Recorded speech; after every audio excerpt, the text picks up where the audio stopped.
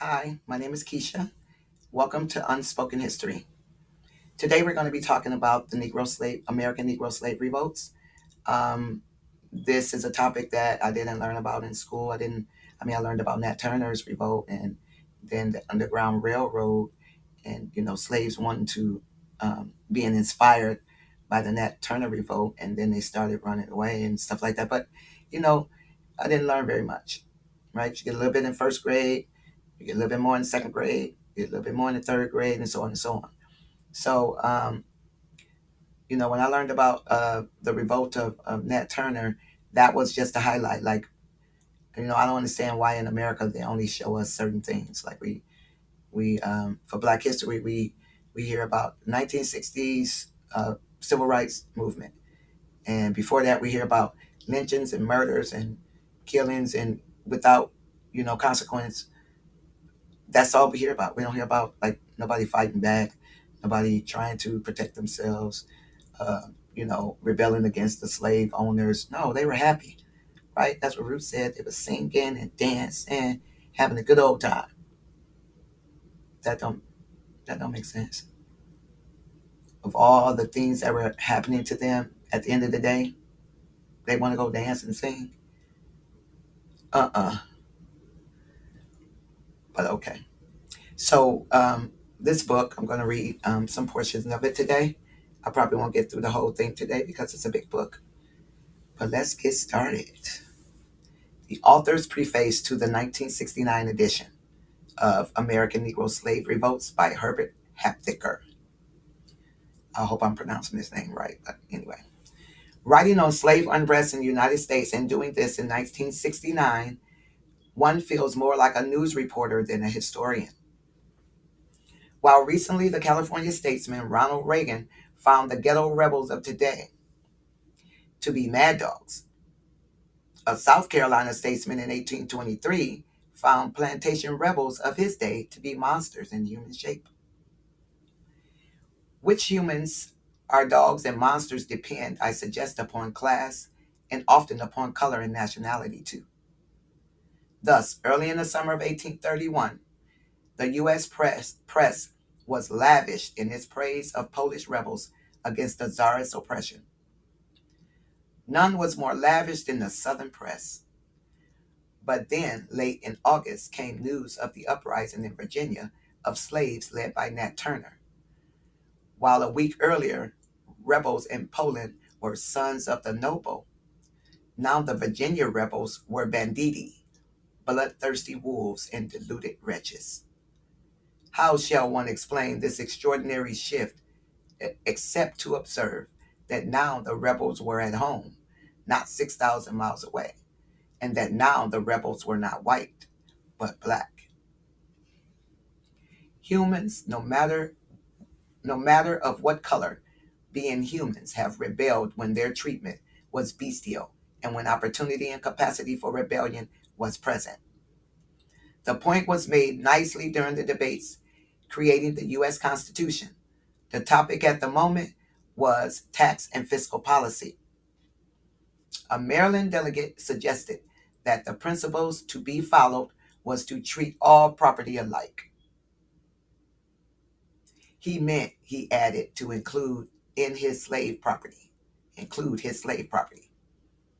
It was not often that the octogenarian Benjamin Franklin participated in those debates, but the Marylander's remarks, making identical all types of property, provoked the Pennsylvanian enough so that he asked Washington for the floor.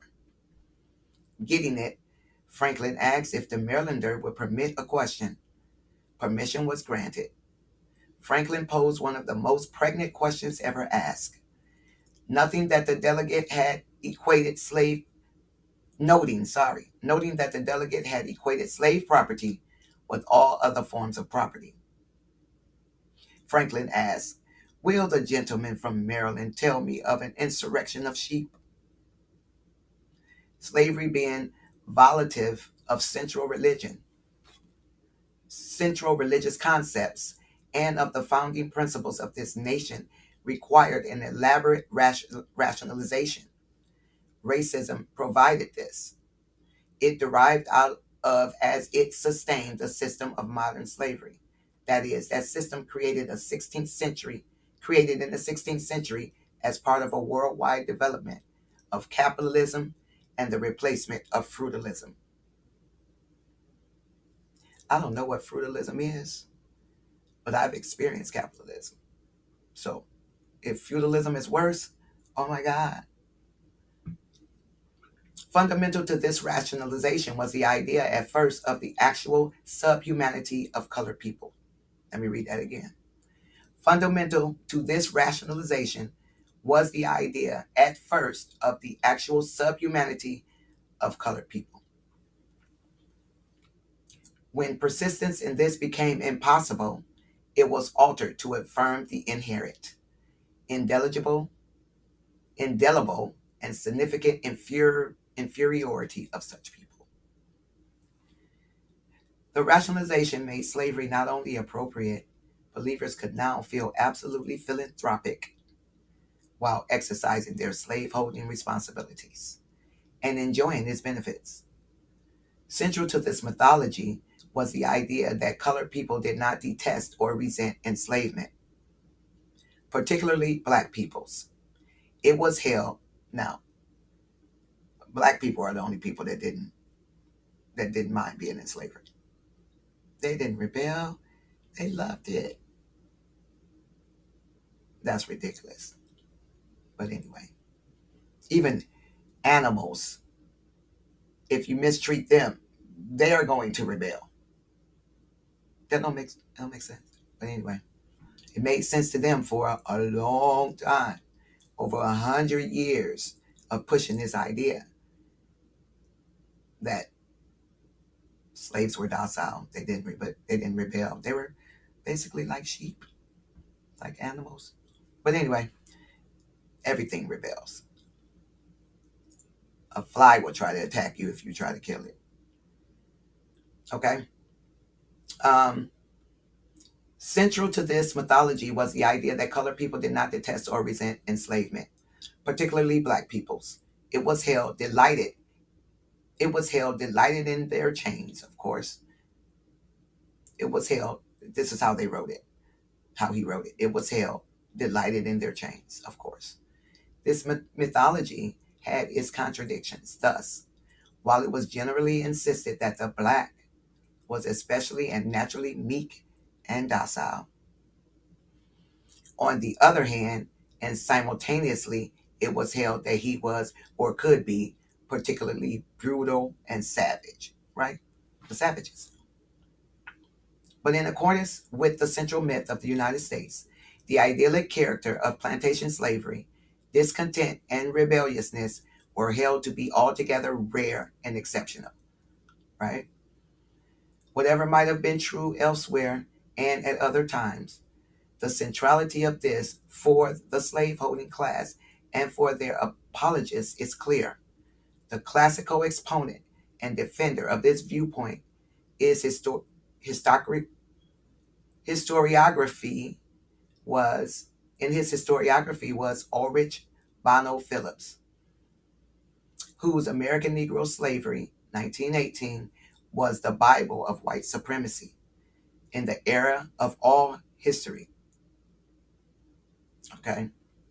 It says Ulrich Bono Phillips, whose American Negro Slavery was a book in 1918, was the Bible of white supremacy in the area of history.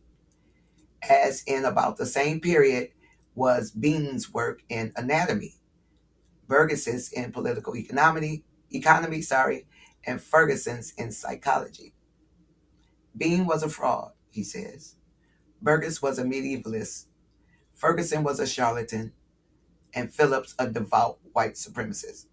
So these were the people that were allowed to write about slavery and how slaves felt in their anatomy and whatever. Okay. He was a devout white supremacist who was incapable of writing truthfully of what it meant to be a Negro slave in the United States, as it would have been for Joseph Goebbels to have written truthfully of what it meant to be a Jew in post-World War I Germany. Contemporary evidence, so basically he's saying it's somebody that was oppressing the Germans. I mean, the Jews can't tell you what it's like to be one.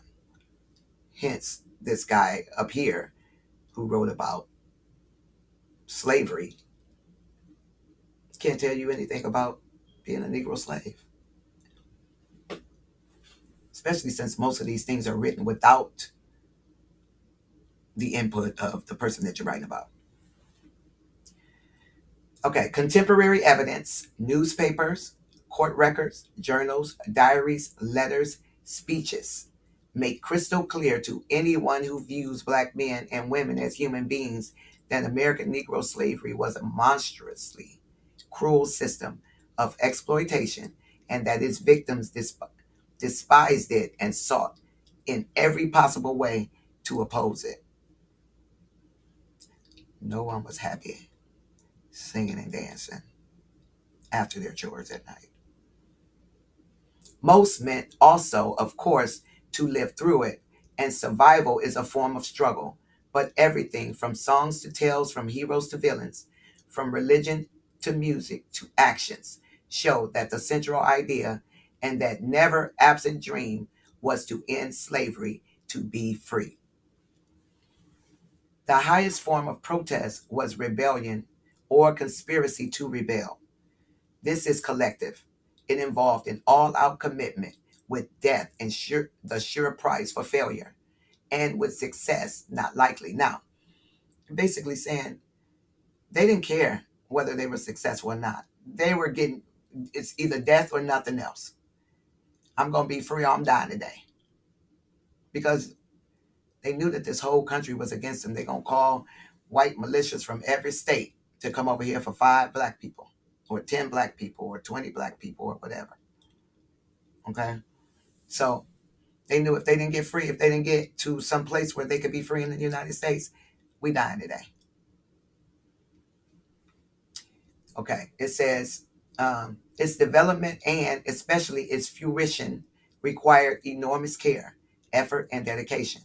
It is important to bear this in mind. I mean, the fact that rebellion and conspiracy to rebel reflects the highest form of protest. Hence, where this form is present, one may properly conclude that it reflects deep and widespread unrest. The insurrection or the plot was, as it were, the flashing of lightning that told of the profound atmospheric disturbance creating it. So, protests among slaves in the United States took individual and collective forms. Among the former were laziness, thievishness, irresponsibility, flight, assassination, arson, sabotage of tools and animals, self injury, infanticide, and group flights, group arsons, verging on insurrections, the existence of maroons and outlying belligerent fugitive slaves, and conspiracies and uprising. Note also should be taken of the fact that among the pioneers and significant members of the organized anti-slavery movement in the United States were many free Negroes, of whom there were 500,000 in 1860, and or fugitive slaves. So he's just saying that they were black people of 500,000 that he noted in 1860 that were free. Some generalizations concerning slave insurrections and conspiracies in the United States may be of value. The uprisings and plots came in waves, as though anger accumulated and vented itself, and then a period of rest and then recuperation were needed before the next uprising, before the next upsurge. Certainly, waves were the rule, with clearly defined periods as 1710 to 1722, 1730 to 1740, 1790 to 1802, 1819 to 1823, 1829 to 1832, 1850 to 1860. The uprisings were of slaves. That is, free Negro participation was uncommon. That is, free Negro participation was uncommon, and white participation, except after 1850, was rare. So these uprisings were done by Negro slaves, Negroes that were in slavery. There is some evidence, especially for the last years of slavery, of plans for land and property distribution as well as an attack upon slavery as such.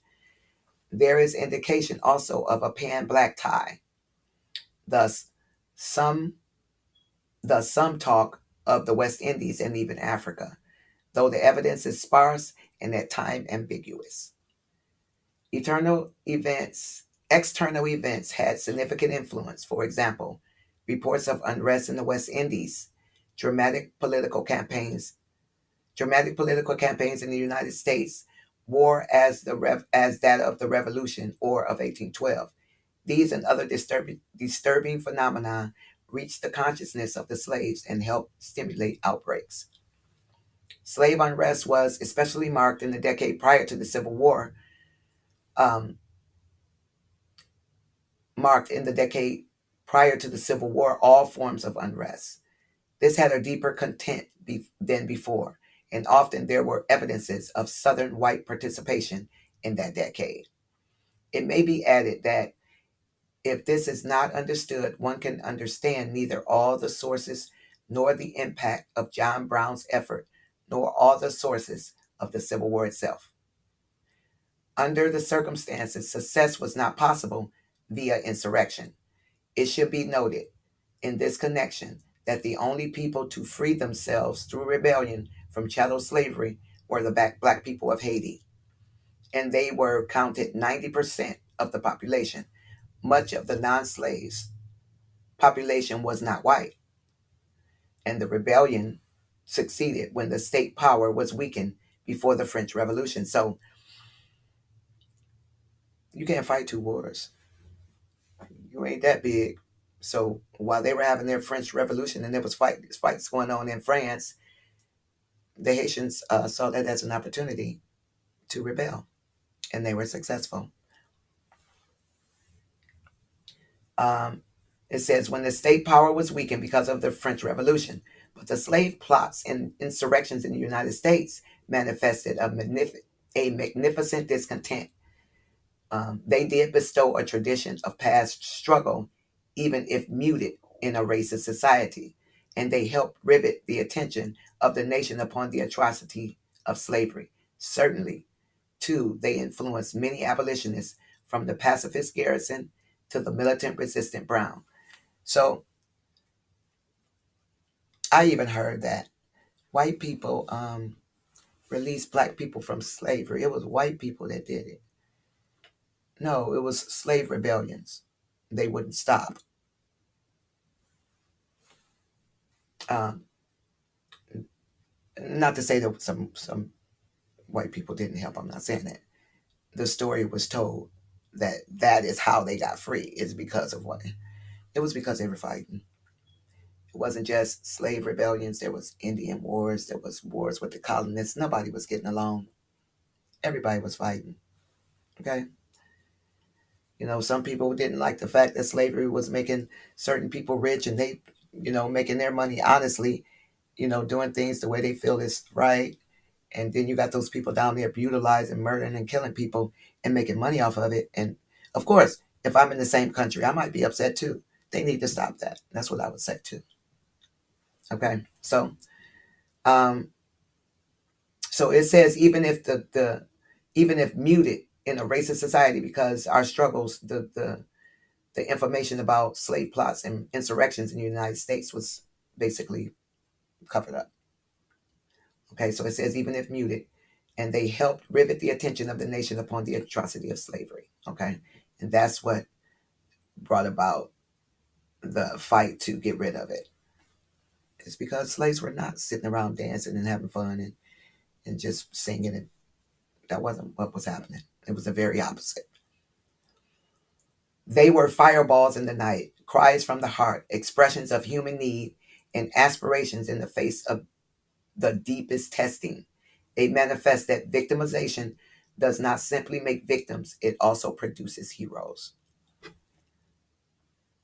They help to give they help to give the lie to the basic chauvinist stereotype concerning the alleged meek, docile, passive black slave, as traditionally presented in Phillipsian, the Phillipsian, talking about that guy with the last name Phillips up there that he called a white supremacist, the Phillipsian mythology, and they give the lie to the more sophisticated apologies of race for racism, conscious or otherwise, stemming from the mark of oppression theory, oversee Gardiner Murdo.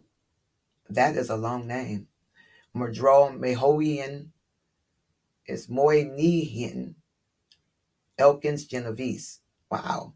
Which sees the slaves, to quote William Sterone, the most widely read purveyor of this concept, are largely reduced to the status of children of tranquilized, totally defenseless seafers and ants. They provide the tie of continuity with the record of activity made by black men and women in the Civil War years.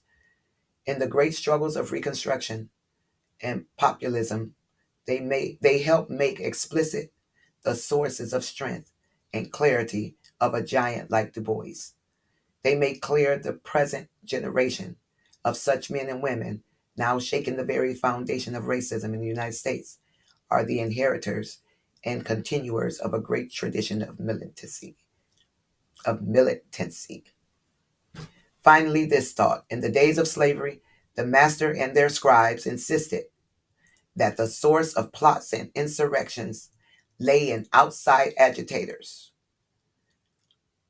Abolitionists replied that this was quite untrue. They added that they had foolproof proposal which, if implemented, would guarantee the end of slave unrest and uprising. To end slave rebellions, they said, end slavery. Do the one and the other was over. Fail to do it, and unrest will continue. Similarly, today, to the innumerable commission investigating the reason for the ghetto uprising and for other manifestations of discontent, the present outside agitator offers a foolproof proposal to terminate the unrest in the United States manifested by black men and women. It is necessary only to terminate racism. End one, the other one ceases. Do not end it, and beware the fire next time. Herbert Aptheker, January 1969. That was the preface, or the preface, sorry. So he must have had several editions, because that was a 1969 edition preface, sorry. And this is a note from the 1974 edition.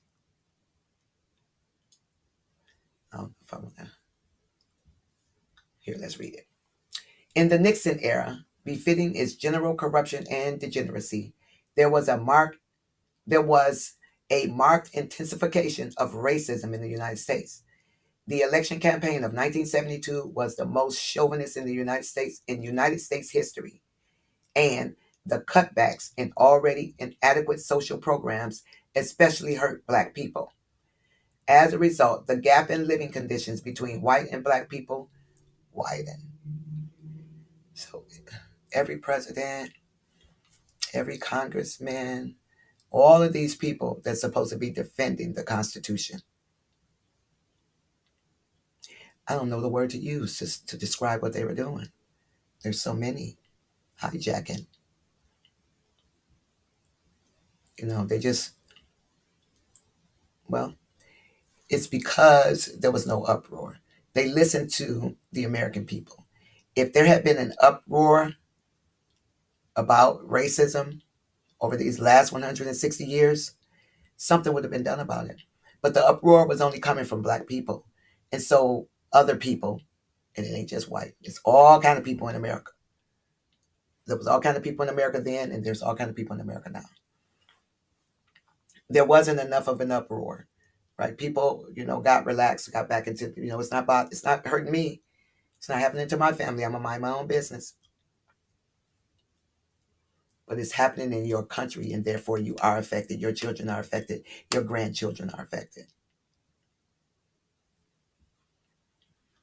Okay.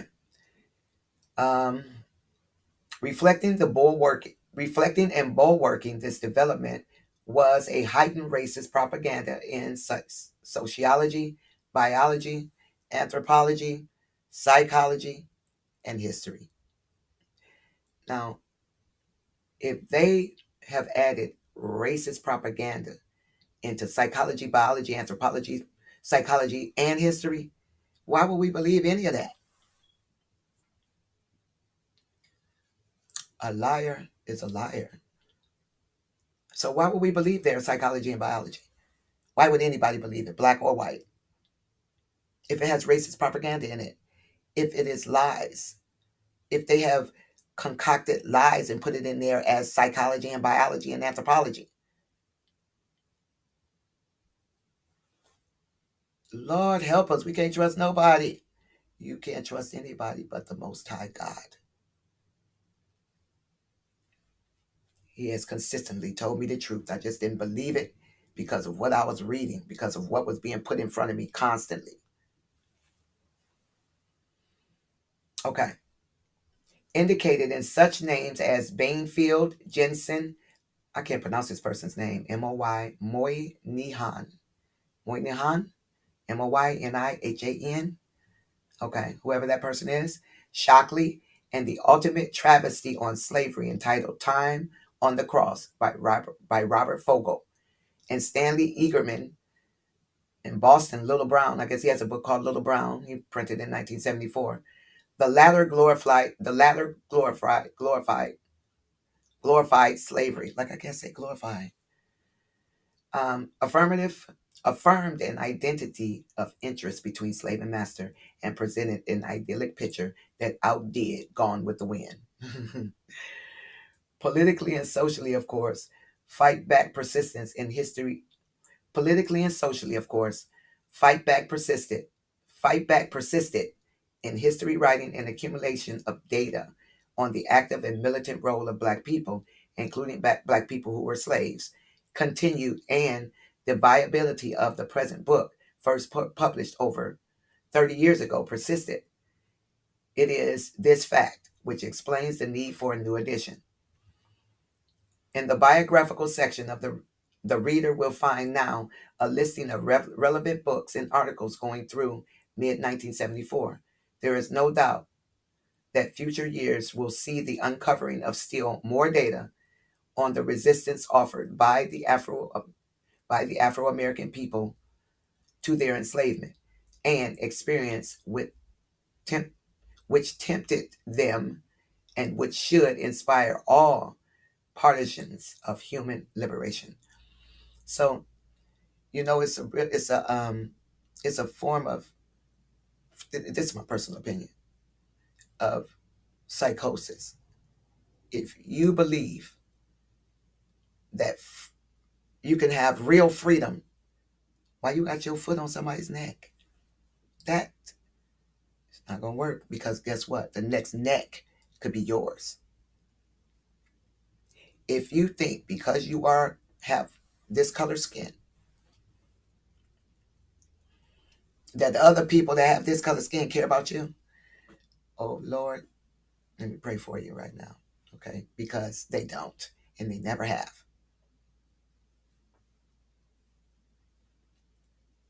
Okay? So,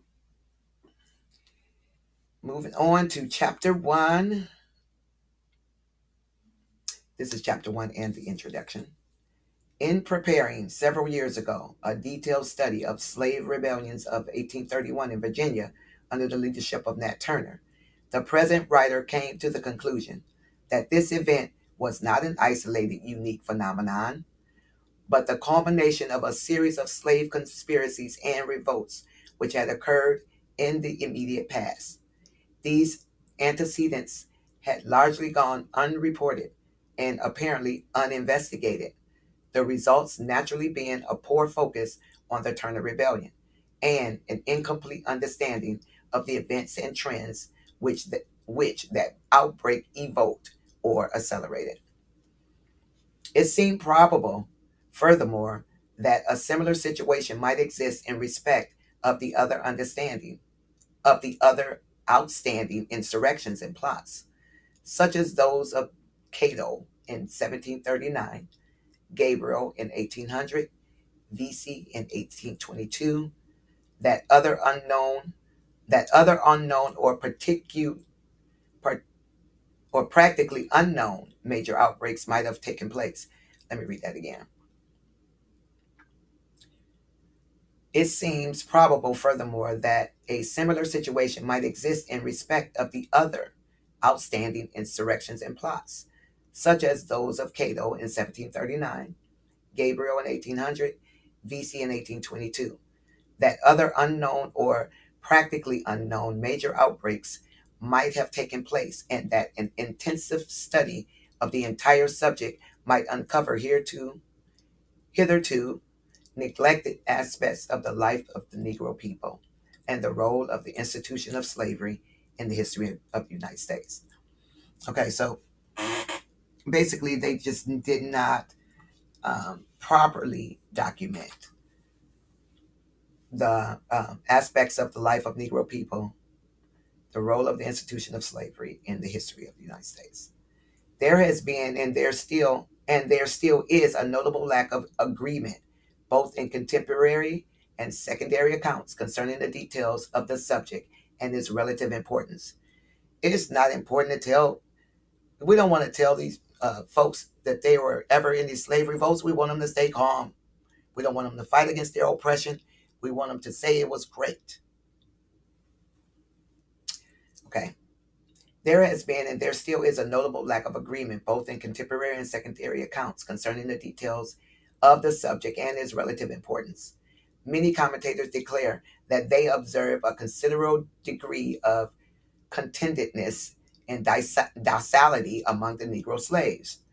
Not a few ascribing the latter characteristics as alleged inherent racial qualities, while some, especially contemporaries, assert that they see a notable absence of both. A few examples may be offered. Okay. Some regional historians, while implying that discontent and disaffection may have been common elsewhere, affirm that in the locality of their particular interest, these conditions were rare or non existent. Others dealing with a brief period of time declare that signs of unrest are lacking therein, but they often admit that this may not be true for other eras. Many eminent historians discussing more general subjects have assumed a similar position on this particular question. A few expressing very strong opinions. Thus, John Fiske thought that the rarity of manifestations of slave unrest was one of the remarkable facts in American history. Ooh, wouldn't that just be wonderful? I mean, I see why people were flocking over here. They wasn't telling them about what was going on, really. Okay, because I would have been afraid. You're fighting with the Indians, you're fighting with each other, you're fighting with the slaves. There's all kind of raids going on, people's just all kinds of stuff. But because, oh, it's just wonderful, that little slave boy, he's just happy as can be. We taking care of him. Come on over and get you some too. Okay. It says James Scholar, that's Schouler, Scholar, reaching a similar conclusion, based it upon the innate patience, docility, and childlike simplicity of the Negro. Lord help us. Who he felt was an imitator and a non moralist, learning deceit and libertism with faculty being easily imitated. Sorry, I don't understand what these people are trying to say. Learning, it says, who felt he was an imitator and non moralist, learning deceit and libertinism with faculty being easily intimidated, incapable of deep plots. In short, Negroes were a black servile race, senseless, stupid, brutish, obedient to the whip, children of imagination. So I figure, sometimes we like to use they like to use words that we don't even use in American society. Libertinism. But anyway. And then those other words I was trying to read were totally Italian. That's why I couldn't pronounce them. I'm like, stare decisis. What is a decisis? We don't even use that word in American society. It's Italian. It's Roman. Anyway, so those were the rules, the laws were Roman laws. And so when we try to read them, they're like, what is this? Like the one that, the Virginia law that made Negro women's children slaves. It was an Italian word. I can't even pronounce it right now. Parvenum, whatever it was. It wasn't English. So they were pulling from Roman laws to make laws in America for slavery. All right. So it says deceit and libertinism with faculty being easily intimidated, incapable of deep plots. In short, Negroes were a black servile race, senseless, stupid, brutish, obedient to the whip, children of imagination. Not a few specialists in the field of American slavery have published similar sentiments. So he's saying a lot of them did it with no, it's just all the thoughts of your imagination, all up in your head, and you put that down on paper as fact. And the world read it. Okay. One who was referred to, one, okay, one who was referred to a few of the uprisings decided that the fact of their revelation was of greater importance than their existence, and concluded that there was no discontent, but rather a fine devotion on the part of majority of the slaves. Another, the late Ulrich Phillips, who is generally considered an outstanding authority on the institution of American Negro slavery, expressed it as his opinion that slave revolts and plots very seldom occurred in the United States. This conclusion coincided with indeed was necessary for the maintenance of Professor Phillips' radicalistic notion that led him to describe the Negro as suffering from inherited. Let me not even try to read that word. Let me go to his explanation. As being stupid, negligent, docile, inconsistent, dilatory, and by racial quality submissive. That was a story I got when I was in school. That this was, I had never met a Negro like that. I grew up with all Negroes or black people. None of them were like what was being described to me on TV. By no means all commentators, however, have accepted this viewpoint. So you want even the children to feel bad about themselves. Now, this is what I call evil. This is wicked. So you have all our the Negro children in America growing up with all negative thoughts about themselves. How are they supposed to feel good? How are they supposed to move forward in this country? And then you have people coming over here from all over Europe in the after all the fighting has happened, after all of the death and blood has been shed, and saying, well, I came over here with nothing and I pulled myself up by my bootstraps. Stop it. You ain't pulled yourself up by nothing. You came over here and rode on the backs of Negroes. That's what everybody's been doing. Okay. Who is generally considered an outstanding authority. Okay, let me move on to that. By all means, commentators however, have accepted this viewpoint.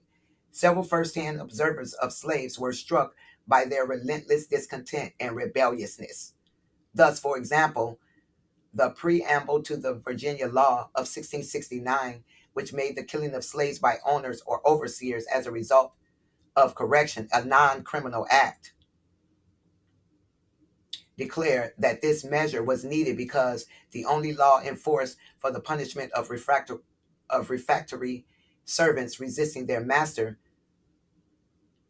or overseer cannot be inflicted upon Negroes, lengthening the so basically the punishment for of refractory servants resisting their master or mistress or overseer is lengthening the term of their servitude, but they couldn't apply that to Negroes because they had already made them slaves for life, so they had to come up with a different punishment. Cannot be inflicted upon Negroes, nor the obstinacy of many of them by other than violent means, by violent means suppressed. They're using these words again. Meanies, okay. The same idea was implicit in some of the other protests of certain Quakers against slavery. Both famous Germantown protests of 1688 and the argument presented to the Concord, Pennsylvania monthly meeting 10 years later by Robert Pyle made a point of the belligerent spirit of the Negroes as an argument against slavery, since it proved the suffering of victims and necessitated armed might for the purpose of suppression. So, so you mean to tell me that people were coming over here thinking Negroes like to be slaves? Oh, they like it. Come on over here and get you some. They're not going to fight back. They're docile. They like this.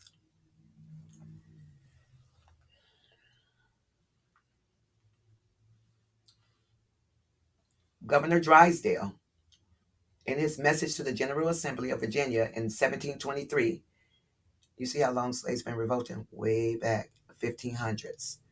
They got here in late 1492, late 1400, 1490s. So around 1493 is when everybody started coming. And then after that, 1500s, 1600s, slaves have been rebelling ever since.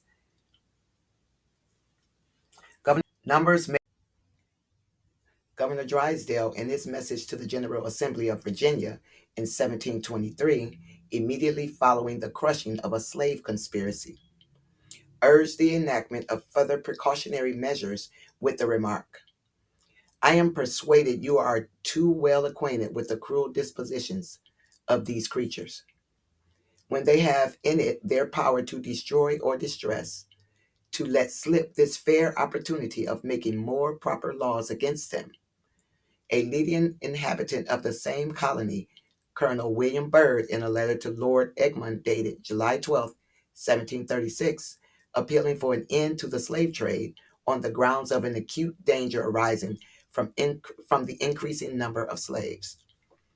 For he said, numbers make them insolent, and then foul means tort reign, or they will be apt to throw their rider, as if they were a horse. The Negro leader Absalom Jones and Richard Allen, in a pamphlet published in 1794, also referred to the dreadful insurrections that have been made when opportunity arise, and felt these were sufficient to convince a reasonable man that great uneasiness and not contentment is the inhabitant of their breasts. They're not happy. They're not content. Occasionally, white Southerners, even in the 19th century, but prior to the flowing of the abolitionist movement, published similar sentiments. Thus, Hugh McCall, one of the earliest historians of Georgia, remarked that the Negroes could not be supposed to be content in slavery and would gasp with avidity at the most desperate attempts with promised freedom. Again, a South Carolina publicist writing just after the Vesey conspiracy, while maintaining that the slaves were well off, nevertheless admitted, we regard our Negroes as Jacobins. What's a Jacobin? Of the country, against whom we should always be upon our guard, and who, although we fear no permanent effects from any insurrectionary movement on their part, should be watched with an eye of steady and unremitting observation. So basically, we've been dealing with some small ones, a lot of small ones, but if we get a big one, so we got to figure out how to suppress these things before it gets too big. Among anti-slave, that's where, they couldn't communicate, they couldn't call each other, text, talk to each other, communicate with each other, only in the area where they were, like on one plantation if they're in the same town. Among anti-slavery leaders, there were some who were aware of part of a rebellious record of slaves. Although even in this group, there were others who believed that docility was characteristic. Of the former may be mentioned Joshua Coffin, Horace Greeley, and John Brown, while among the latter were Richard Hildreth and, for a time, Thomas Wentworth Higginson. Although American historians have generally tended to minimize or deny the discontent among the Negro slaves of the United States, it is nevertheless true that from time to time recognition of its existence has appeared. Certain Negro scholars, for example, have demonstrated an awareness of the phenomenon, and a few white investigators of the question also denied that meekness or docility was characteristic of the slaves. So there were other people that said, no, that wasn't the way the slaves were. They weren't docile and meek. They wanted out. Okay. Within very recent years, there has been a notable increase in the number adopting this viewpoint. So more people started saying, you know, we need to stop lying about this docility stuff. Yet there is no thorough documented study of many phases of the problem until this is undertaken. One who is anxious to know the facts concerning the institution of slavery in American life is very largely groping in the dark. The present work represents an attempt to meet this need. Okay, that was chapter 1. And then I will read chapter 2, hopefully tomorrow. All right. Like the video, share, and subscribe for more videos like this. I'm going to be talking about more stuff. Um, I'm probably going to do this series and then talk about a couple other things at the same time. So, I'll probably be uploading a couple of videos a week because I want to talk about Rosa Parks and Claudette Colvin. I always say Colvin is Colvin, Colvin. Claudette Colvin. And who was the one that refused their seat to the white woman? Was it Rosa Parks or Claudette Colvin? That's coming up.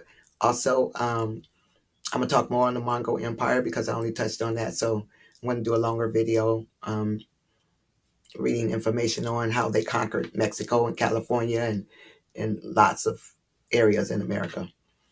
And also the Moors, the 700 years they were in Europe. That was 700 years in America too, because they had the boats. They were the sailors. They were the ones navigating the waters. So of course they were over here. All right. So there's a lot to talk about. Hang in there. Come back and see me, and we'll keep this thing going. Okay. Thank you. Have a good day. Bye.